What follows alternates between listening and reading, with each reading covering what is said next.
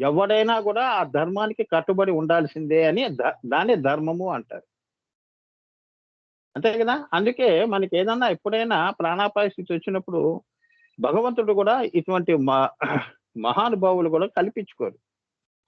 మనిషి పోయే టైం వచ్చినప్పుడు ఎవడు కల్పించుకుంటాడమ్మా? మీరుండి గూడా మాకు కష్టం తొలగించలేదు స్వామి అని అనుకునే వాళ్ళు కొందరుంటారు. వాళ్ళకి సత్యం అనేది తెలీదు. సత్య దర్శనం చేయలేదు గదా!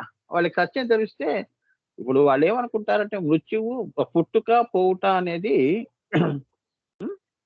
పోవటం అనేది ఇష్టం ఉండదు. పుట్టటం అనేది ఇష్టం అందరికి. అంతేగా? సో, ఇక్కడేంటంటే ఇది స్థితి మార్పులే గాని, పోయింది, వచ్చింది అనేది ఆనందం ఏమీ లేదు. యవ్వనం పోయింది, ప్రౌఢంలోకొచ్చావు. బాల్యం పోయింది, యవ్వనంలోకొచ్చావు, ప్రౌఢంలోకొచ్చావు, అక్కడి నుంచి వృద్ధాప్యంలో, అక్కడి నుంచి మృత్యువు. పూర్వం 3 స్థితులు నువ్వు ఒప్పుకున్నప్పుడు మృత్యువునెందుకు ఒప్పుకోవు? అది నాకు మౌక్తికాన్నిస్తోంది. నా పని అయిపోయిన వాడు వెళ్ళిపోతున్నప్పుడు వాడినెందుకు ఆపటం? అంటే సామాన్య మానవులకి అజ్ఞానంలో మాయలో ఉన్నప్పుడు ఎక్కువగా ఉన్నప్పుడు నాది నాది అని భ్రమలో బతికేవాళ్ళు ఏంటంటే పోయాడు అని బాధపడతారు. నిజానికి ఏంటంటే వాడు పాత్ర చేసి అమ్మవారి దగ్గరికి వెళ్ళాడు. హ్రీంకారాసనంలోకి వెళ్ళిపోయాడు. వాడు ఎక్కడి నుంచి వచ్చాడో అక్కడికి వెళ్తుంటే నీ ఏడుపేంటి మధ్యలో? సో మనం ఆపామనుకోండి, పాపం ఆ ఆత్మ విలవిల్లాడిపోతుంది. అది పైకి పోదు, నీ బంధాన్ని తెంపుకోలేదు. అర్థమైందా? బంధం పెట్టుకోకూడదు. పోయేవాళ్ళు పోతారు అంతే ఇంకా. వాళ్ళకి ఆ టైం అయిపోయింది వాళ్ళకి. నువ్వు గనక బంధం పెట్టుకున్నావనుకో, పాపం ఈ పాశం అంటారు. నీ ఘోష వాళ్ళకి తగులుతుంది. ఆత్మలు చాలా సున్నితంగా ఉంటాయి. టక్కని నీ పక్కనొచ్చి కూర్చుంటుంది. నీకు కనిపించకపోవచ్చు. కానీ నీ నీ నీ చుట్టే తిరుగుతూ ఆత్మ అటు పైకి పోలేక, ఇక్కడ ఉండలేక, ఇదే అంతరిక్షంలో తిరుగుతూ ఉన్నాం. ప్రేతముగా తిరుగుతుంది. అంటే శరీరము మీద, బంధాల మీద ప్రీతితో బతికేది ప్రేతం. అంతవరకు దానికి ముక్తి ఉండదు పాపం. అందుకే ఏంటంటేనమ్మా, అవన్నీ ఈ భవాని అనే దాంట్లో. సో, అందరూ వస్తారు. అన్నీ పోగొట్టుకుంటారు. కొత్తవి సంపాదించుకుంటారు. మళ్ళీ పోగొట్టుకుంటారు. మళ్ళీ ముందుకెళ్తారు. తర్వాత వాళ్ళని వాళ్ళే పోగొట్టుకొని వెళ్ళిపోతారు. అది గూడా ఇచ్చేసి వెళ్ళిపోతారు అమ్మవారికి.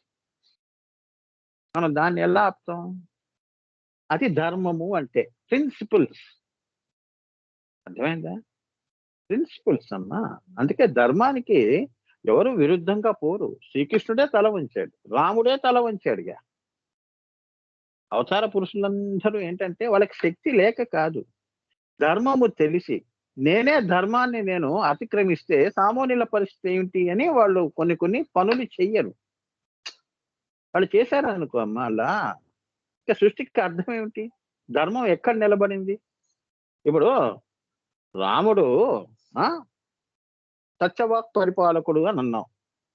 ఆయన అసత్యం చెప్తే ఎలా? నా అవసరాన్ని నేను చెప్పుకున్నానులే అంటే, ఇక మనం వచ్చే వాళ్ళు కూడా ఆయన పేరు పెట్టుకొని మనం కూడా అవసరానికి మేము అబద్ధం ఆడుతున్నాం అని రోజు అబద్ధం ఆడుతూనే ఉంటారు. ఇక్కడ సందేశం ఏమిటి? సృష్టిని మనం అతిక్రమించాం కాబట్టి రాబోయే సృష్టి అంతా వినాశనం వైపు వెళ్తుంది. ఇంత ఉదాత్తమైన భావం ఉంటేనే గాని హ్మ్, నీకు అమ్మవారి యొక్క ధర్మం అర్థం కాదు. గోచారము కాదు. సో, ఈ ధర్మం తెలుసుకొని, అమ్మని తెలుసుకొని ప్రకృతిని కాపాడటము అంటే ప్రకృతిని నువ్వు ధర్మముగా ప్రకృతి నియమించిన ధర్మములు పాటిస్తూ బతకమని. కాపాడమని అంటే ఆ ప్రకృతి నీకు పెట్టిన నిబంధనలతో నీ జీవితం వెళ్ళని. ఆ! అలా అన్నమాట. సో, చక్కటి ఫుడ్డు, చక్కటి ఆలోచన. నీ ఫుడ్‌ని బట్టి నీ ఆలోచన. నీ ఆలోచనలు బట్టి కర్త, కర్మ, క్రియ. పనులు గూడా అలానే ఉంటాయి. సత్వంతో కూడుకున్న పనులుంటాయి. రజోగుణంతో కూడుకున్న పనులుంటాయి. తమో గుణంతో కూడుకునే పనులుంటాయి. వాళ్ళు తినే తిండిని బట్టి వాడు పెరిగే వాతావరణం. ఆ వాతావరణం కలుషితమైంది. అంటే తల్లిదండ్రుల పెంపకం సరిగా లేదు. చుట్టుపక్కల సరౌండింగ్స్‌లో వాళ్ళు ఉన్నవాళ్ళవన్నీ చిన్నప్పటి నుంచే వాడు ముద్రలుగా పడతాయి. ఆ ముద్రల వల్లనే వాడు పెరుగుతూ ఉంటాడు. అలా వాడికి మంచివాడు, చెడ్డవాడు అనే పేర్లు సార్థకం అవుతాయి. అదే సంస్కారాలు. పుట్టినప్పటి నుంచి గురువుల సేవలో, గురువుల దగ్గర వారి ప్రవచనాలు చేసుకుంటూ, సత్సంగాలు చేసుకుంటూ, సత్సంగము. అలా నువ్వు పెరిగావనుకో, నీ మనసు అలా పెరిగిందనుకో, నీకు వారి యొక్క ఇవే వస్తాయి. అవునా? తులసి మొక్క తులసి మొక్కే ఇస్తుంది. అది. అంటే వారి ప్రతిరూపంగానే నువ్వు భూమి మీద తిరుగుతావు. నీ శ్వాస కూడా వారిదే. నీ ఆలోచనలన్నీ ఆయన ఇచ్చినవే. ఏమ్మా? సో, అన్ని ఆలోచనలు నీలో ఏ ఆలోచనలు ఉండాలి, ఏ ఆలోచనలు ఉండకూడదు అని నిర్ణయించేది కూడా ఆ అమ్మవారి భవాని. అంతే కదా! సో, నీకు సత్సంకల్పాలే వస్తాయి. అందరూ బాగుండాలండి. మరి అటువంటి వ్యక్తుల్ని మనం రోజు తారసపడుతూనే ఉంటారు కదా! మంచి సంస్కారాలతో. వాళ్ళు పూజ చేస్తారా, చేయరా అనేది పక్కన పెట్టండి. కానీ ధర్మంగానే జీవిస్తున్నారు. ధర్మము, ధర్మిగా బతికేవాళ్ళు చాలా మందున్నారు. అందుకే సృష్టిలో ఏమాత్రం శాంతన్నా దొరికింది మనకి. అమ్మా! ఇలా చెప్పుకుంటూ పోతే చాలా ముందుకెళ్ళిపోతామమ్మా. సో, ఇక్కడ హ్రీంకారాసన ఇత్యాది నామములన్నీ అమ్మవారి యొక్క ఇచ్ఛా జగదధిష్టాత్రి లక్షణాన్ని చెప్తాయి. ఆమె ఇచ్ఛ జగత్తుకి అధిష్టాత్రి యొక్క లక్షణాన్ని చెప్తోంది. ఏమిటది? ఈ హ్రీంకారాసన ఇత్యాది నామాలు. హ్రీమను ఏదైనా ఓమను, ఓంలో మళ్ళీ వైఖరిలో ఈ సృష్టి స్థూల, సూక్ష్మ, సూక్ష్మతర సృష్టిలన్నీ గూడా నువ్వు ఏ దేవతల పేర్లు పెట్టినా, దుర్గా అమ్మవారండి అంటే అవన్నీ గూడా ఈ యొక్క అమ్మవారి యొక్క రూపాలే అని. నవదుర్గలు అన్నావు. ఆ నవదుర్గలు నేనేరా! ఇత్యాది నామములు. అదే అంటారు గదా! గ్రామ దేవతలు. నీ ఇష్టమైన దేవతలందరూ గూడా హ్రీం యొక్క ప్రతిబింబాలే. ఆమె నీడ. ఆమె ఏం చెప్తే ఆమె ఇచ్చేయే తీసుకొని వీళ్ళు పని జేస్తున్నారు. ప్రకృతి ధర్మం ఆల్రెడీ అమ్మవారు చెప్పి పెట్టింది. ఎవరు బుద్ధిగా ఉంటే వాళ్ళందరికీ లడ్లు బెట్టు. ఎవరు సరిగ్గా లేకపోతే మొట్టికాయలెయ్యి అంటుంది. అది ధర్మము. ఇప్పుడు నువ్వు ఇప్పుడు రావణాసురుడు కూడా వరం ఇవ్వకూడదని ఏం లేదు. ఇవ్వు. లడ్డు ఇచ్చినట్టే ఇయ్యాలి. ఇంక శాశ్వతంగా వాడికి అదే ఆఖరి. అర్థమైందా? తాత్కాలికాలు ఉంటాయి సుఖాలు. ఏమ్మా? తర్వాత నష్టం ఎక్కువగా ఉంటుంది. ఎందుకంటే ధర్మానికి విరుద్ధంగా చేసే పనులన్నీ తాత్కాలికంగా సుఖాన్ని ఇస్తాయి గానీ, శాశ్వతమైన అసచ్చితానందాన్ని మటుకు ఇవ్వవు. మనం చేసే పనుల్లో గూడా అందుకే కొన్ని పనులు అందుకే పక్క వాళ్ళని దృష్టిలో పెట్టుకొని పని చేసినప్పుడు స్వాన్ని తగ్గించుకొని సర్వాలు మనం పని చేసామనుకో, మనకి సత్ చిత్ ఆనందమే ఉంటుంది. ఇవాళ నా రోజు చాలా బావుందండి. నేను వాళ్ళకి మనస్ఫూర్తిగా పూజ చేసుకున్నాను. ఇవాళ మనస్ఫూర్తిగా ధ్యానం చేశాను. ఇవాళ సమయం దొరికింది. అది ఇచ్చే ఆనందం నీకు ఎంత బలాన్ని ఇస్తుంది? మనోబలం. సో, భవనమే ఈ శ్రీచక్రం. ఏమిటా భవనాలు? నువ్వు రోజు కుంకుమార్చన చేస్తున్నావే స్థూలంలో, బిందువు నుంచి ఊహాజనితంగా నువ్వు పెట్టుకొని ఇంట్లో చేస్తున్నావే. నీ చిన్న అంత కొండంత దేవుడికి నువ్వు పూజ చేయలేవు కాబట్టి, ఒక చిన్న ప్రతీక పెట్టుకొని ఏమ్మా? నీ శక్త్యానుసార, భక్త్యానుసార చేస్తున్నావుగా, అది అమ్మవారికి ఎంతో ఇష్టం. ప్రీతి పాత్రురాలవుతుంది. నీ చిన్న శ్రీచక్రంలో వచ్చి కూర్చుంటానే అంటుంది. బాలా త్రిపుర సుందరిగా అక్కడ ఆవిడ ఉంటుంది. సమస్య లేదు. నువ్వు సృష్టించిన శ్రీచక్రం ఎంత పెద్దది అనేది కాదు. నువ్వు చేస్తున్న పూజలు ఎంత గొప్పగా చేస్తున్నావు అనేది కాదు. ఎంత ఖర్చు పెడుతున్నావు అనేది కాదు. ఎంత భక్తిగా నువ్వు అక్కడ కూర్చొని ఆ! ఈ సత్యము, ధర్మాన్ని పెట్టుకొని చేసేవాళ్ళు ఎవరైతే ఉంటారో బహిర్యాగంలో వాళ్ళందరి కోరికలు తీరుస్తోందిగా. దానికి మూలము, నమ్మకం ఏమిటి?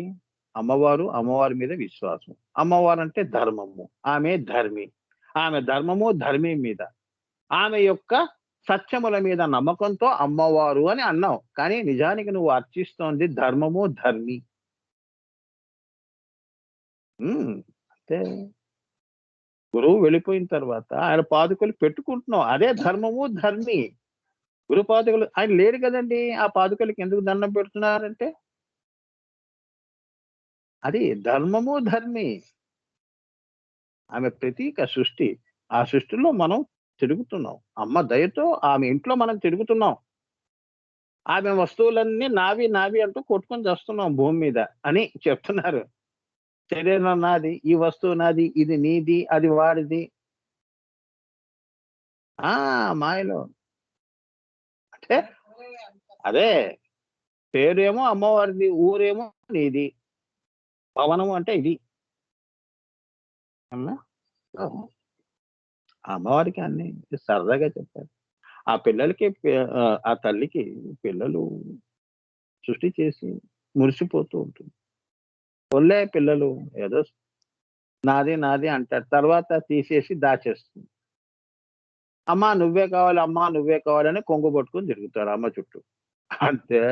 వస్తువు ఉంటే వస్తువు చుట్టూ తిరుగుతారు. వస్తువు తీసేస్తే మాయ పోయిందంటే మనసు తీసేస్తే ఇంకేముంది? అమ్మే కనిపిస్తుంది. అమ్మ కొంగే పట్టుకుని ఆమె వంటింట్లోకి పోతే వంటింట్లోకి పోతాం. ఆమె ఎక్కడ చివరికి బాత్రూమ్ చిన్నప్పుడు అంతే గదా! కొంగు పట్టుకొని చిన్నప్పుడు మనందరం అలానే ఇక వీడు వదలడని చెప్పి ఒక పీటేసి కూర్చోబెట్టి ఆమె స్నానం చేస్తూ ఉంటుంది చిన్నప్పుడు.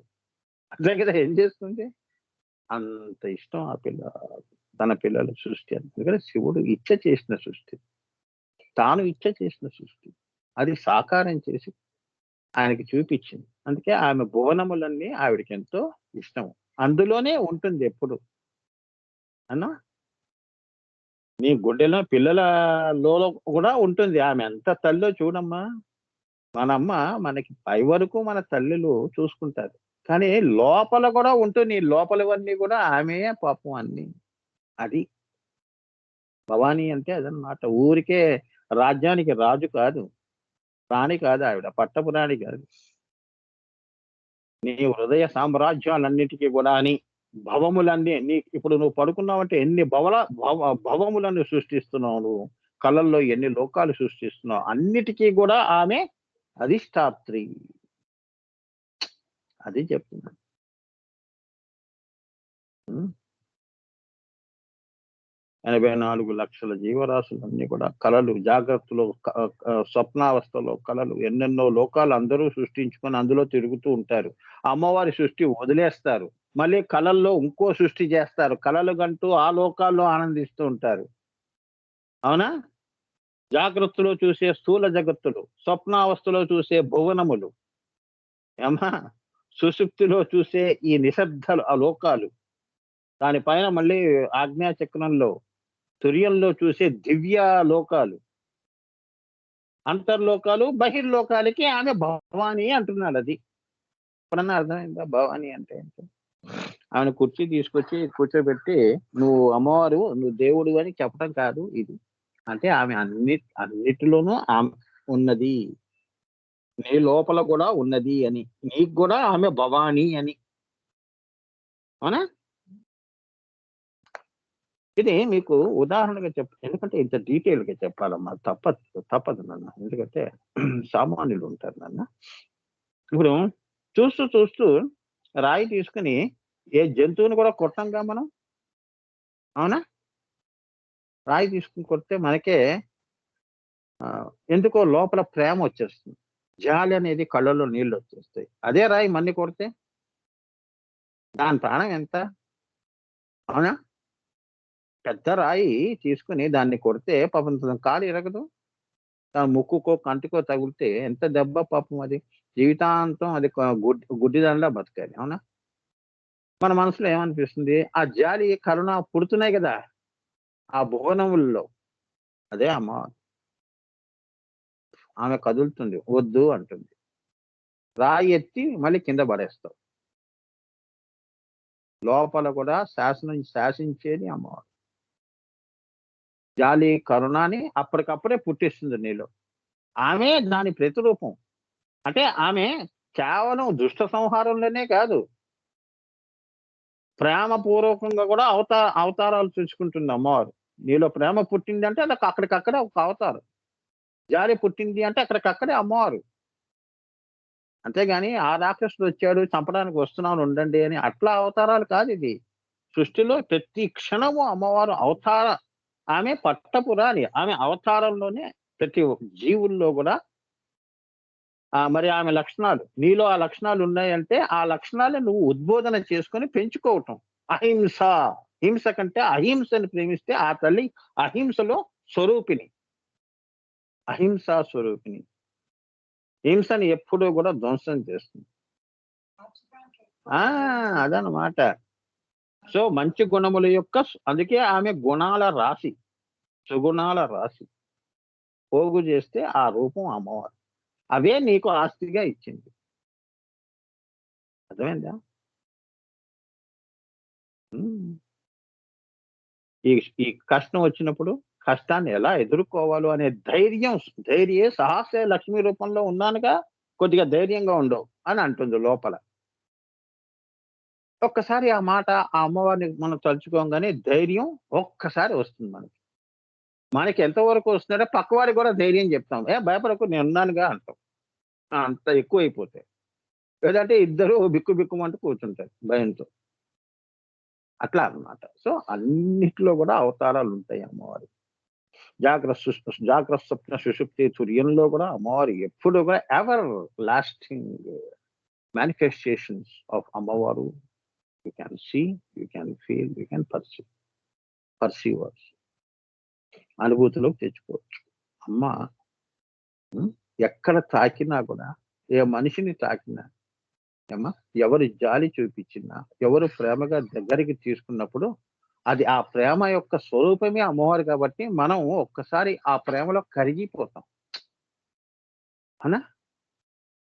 ప్రేమకి అందరూ లొంగిపోతారు, మంచికి అందరూ లొంగిపోతారు.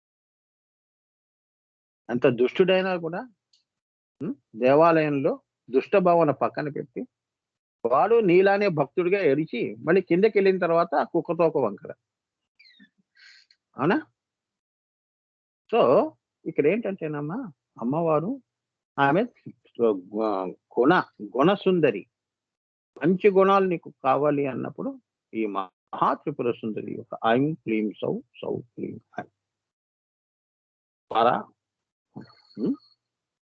పసంతి మధ్యమ వైఖరిలో ఏవైతే ధర్మములు, సత్యములు ఇవన్నీ కూడా అమ్మవారి లక్షణాలన్నీ కూడా సృష్టిలో నిండి ఉన్నాయి. అవన్నీ కూడా అమ్మవారు మీకు ఇస్తుంది. అయాచితంగా, అప్రయత్నంగా ఇస్తుంది. అంతేగాని నువ్వు అడగకుండానే నీలో అమ్మవారు పుడుతుంది.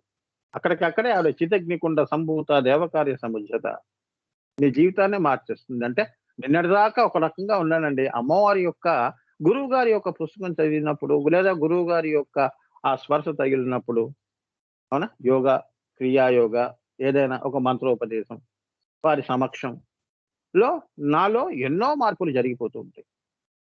ఇదే అమ్మవారి యొక్క అవతార లక్షణం. నీలో అక్కడ అమ్మవారు స్థాపించబడి ఉన్నది. సో నీ మనసే మందిరంగా అక్కడ ప్రతిష్టాపన అయి ఉన్నది. అదే హ్రీంకారాసన గర్భిత నలశిఖాం అని. అన్ని సామ్రాజ్యాలు, స్థూల భువనాలే కాకుండా సూక్ష్మ భువనాలు, సూక్ష్మతర భువనాలు, నువ్వు ఎక్కడ ఏది చూసినా అది అమ్మవారి నుంచి వచ్చింది అనుకోండి. నేను కలగంటాను అది అమ్మవారు సృష్టించింది కాదు కదా అంటే నువ్వు చూసింది మళ్ళీ అక్కడ నువ్వు చూస్తున్నావు. కళలో కూడా నాదే రా లోకం. అర్థమైందా? ఏదో రూపంలో వచ్చి నీకు సందేశం కూడా ఇస్తా. దైవం మానుష రూపేణ. అమ్మా మొన్న ఈ మధ్యలో ఫోన్ చేసి చాలా మంది చెప్పారు. మొన్న ఈ మధ్య ఫోన్లు కొన్ని వచ్చాయి, వాళ్ళ అనుభూతులు చెప్పారు. మీ నాన్నగారు మీరు దత్తాత్రేయులు అవతారు కాబట్టి మాకు దర్శనమైంది స్వామి. మీరు కాషాయ వస్త్రాలు ఆదిశంకరాచార్యుల వల్ల నాకు పలానా చోట దర్శనం ఇచ్చి నాన్నగారు నన్ను దగ్గరికి తీసుకున్నారు అని అలా వాళ్ళు చెప్పుకుంటూ ఉంటారు. సో అది థాట్ ఫారమ్స్. స్థూలంగా ఇక్కడే ఉంటాం మనం, కానీ థాట్ ఫారంలో అక్కడ ఎందుకంటే ఎక్కువ లోపల ఇప్పుడు నేను పలానా చోట ఉండాలి అన్నప్పుడు ఆస్ట్రల్ బాడీ థాట్ ఫామ్ లో వెళ్ళి అక్కడ ఉంటుంది. అట్లా అన్నమాట. అది ఒక స్థితికి ఎదిగిన వాళ్ళకి అమ్మవారు ఇచ్చే దివ్య వరాలు. అది వాళ్ళు లోక కళ్యాణంగా. ఇప్పుడు ఆదిశంకరాచార్యుల వారు నలుమూలల కాశ్మీర్ నుంచి కన్యాకుమారి దాకా ఎలా స్థాపన చేశాడు?